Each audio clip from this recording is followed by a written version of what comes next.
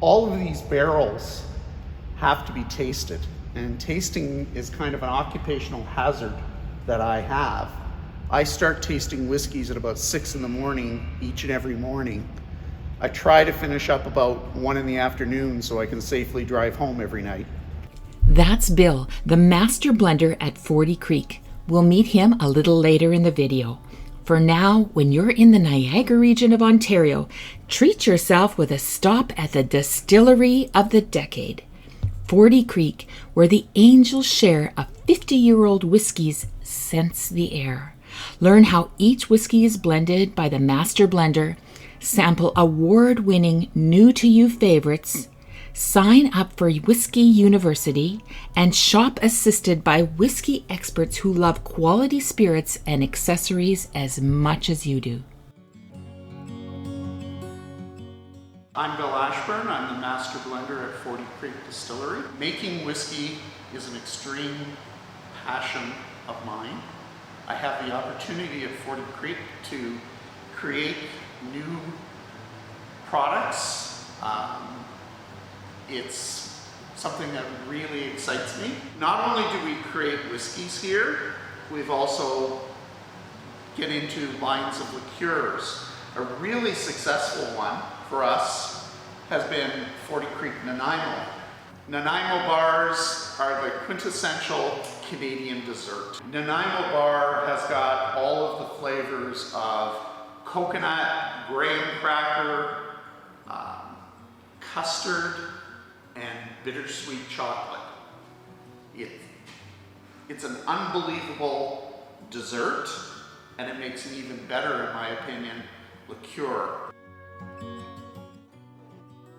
The barrel room is where the aging takes place, and the aroma of the whiskeys and the other spirits in the room are unbelievable. Every year, about 2% of the spirit evaporates into thin air. It's what we call the angel share. Also really interesting is you can get drunk by breathing in alcohol. We restrict people to an hour in this room because you can actually absorb the alcohol through your lungs directly into your bloodstream. A modern whiskey barrel, such as this one here, has 6 bands or hoops. That's not historically what whiskey barrels had. Whiskey barrels traditionally had 8 bands, which is what this barrel over here has. Whenever you see an 8-band barrel, that means that barrel was manufactured prior to World War II. So if you're ever watching a historical movie and you're seeing barrels on a ship or something and they have 6 bands, you know they didn't do their historical research, because anything prior to World War II for authenticity should be an 8-band barrel. We get barrels from our sister facility, Wild Turkey in Kentucky. We get their once used bourbon barrels. When we buy new barrels, we buy them through a cooperage in Kentucky called Kelvin Cooperage. All of our whiskeys are a blend of whiskeys made from different grains. We've got corn, which is the backbone of our whiskeys. Rye, which adds the spice. And barley, which adds different nuances that you just can't get from the other grains.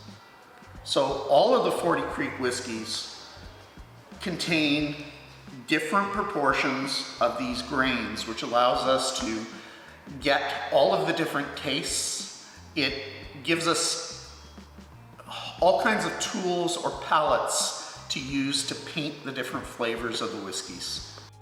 And the result of all this careful blending are decades of award-winning whiskeys.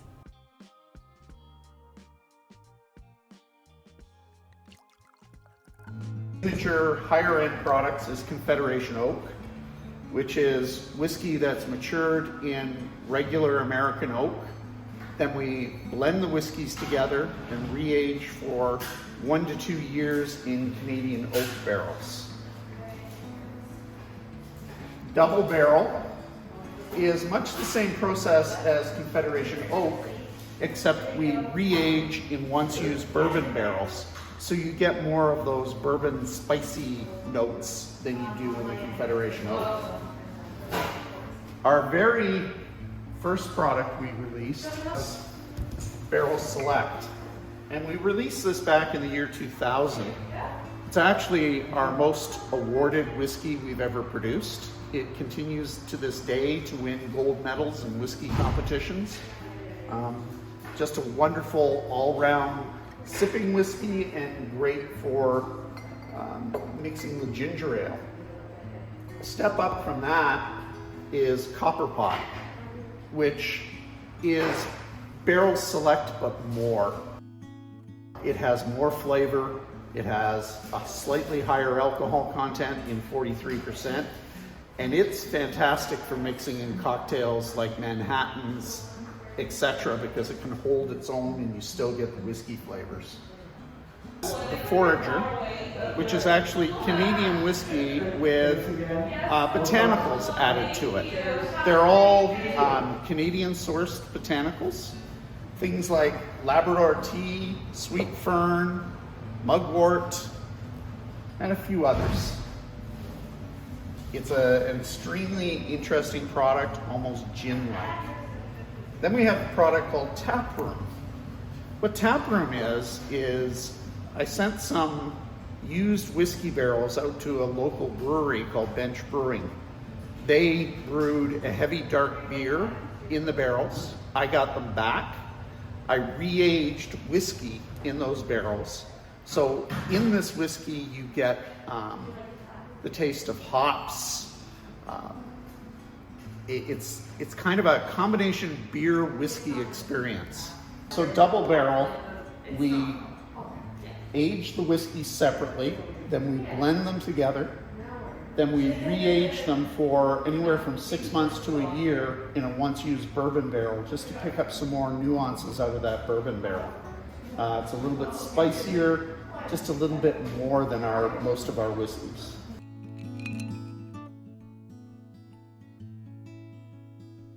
Believe it or not, in this warehouse there's only about 30 days worth of stock.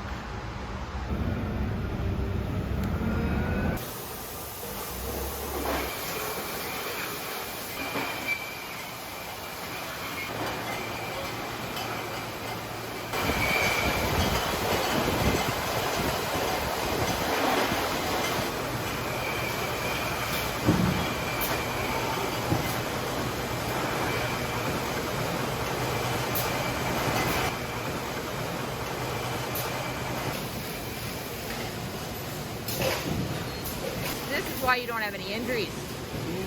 I don't have to do the heavy.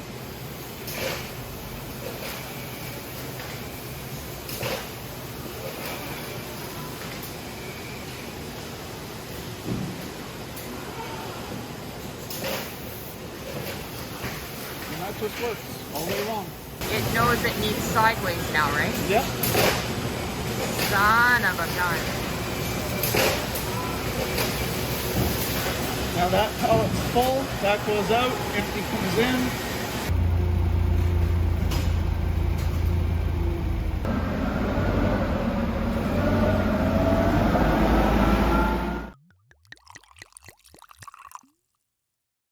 It kind of goes along with my other passion, which is my dogs.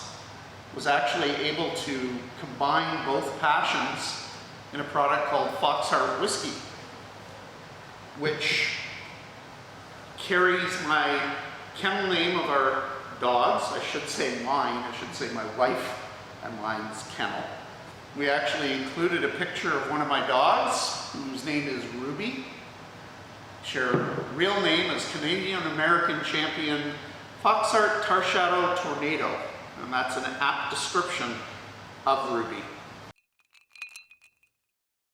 You talk about relationships. Tell me how these relationships with the other distillers is the same as our relationships with dog people. Actually, that's really true. Within the industry, you develop closeness through industry events, much like when you go to a dog show and you physically meet up with people. And then the rest of the time you're in contact through either social media or email or telephone calls. So yeah, there's actually a really, they're parallel. It's people you see and then don't see for months or sometimes even years, depending on which side of the country they're on. And then you meet up again and you're fast friends again. Absolutely.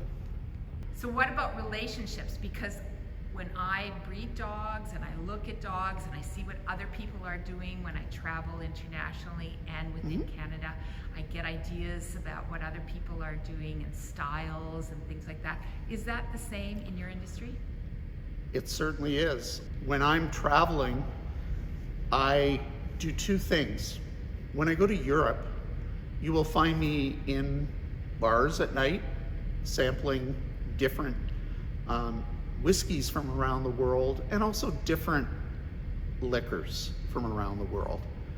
The other thing that everybody who travels with me always laughs at is in Italy specifically, I know where all the dog parks in Milan are, and I go hang out in the dog park just to get my fix of dogs. The other thing that dog show people are really good at is there tends to be a lot of alcohol consumption at dog shows after hours.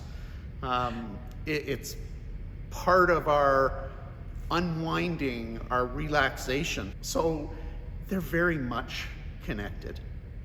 And I think everybody should have at least one passion in their life, if not two or three. Many, many years ago when I worked in the wine industry, we actually started what was called an oenology society. And in this oenology society, it was those of us who were actually working in the industry, and we'd get together once a month for dinner, and we'd discuss issues we were having with our wine, and how would you solve it, and everything else. And it was a really open forum. This went on for 2 years until the higher-ups in the companies we worked for realized we were doing this. And we all got ordered to stop because we might be giving away trade secrets. Whereas here, what we were doing was actually for the betterment of the industry as a whole. And we do that with dogs. You know, we sit around and we talk about different problems different breeds have and how did you solve this. You know, the breeding timing and everything else. It's great to have people with different perspectives from different breeds. Well, information's power. Right, and that's how we met. I have Scottish Terriers, Yep. and you have Wire Fox Terriers, and I see you, you know, year after year at some of the same shows, and I just have a healthy respect for you and your dogs, and you're a friendly guy, and so I'm really grateful that I get a chance to come today and find out more about your other passion. Great. I see a lot of copper, so is there a relationship between enjoying good whiskeys and copper? Copper is the traditional material used to make stills, and there's actually a real purpose behind that. Anytime you do a fermentation, you get sulfur compounds.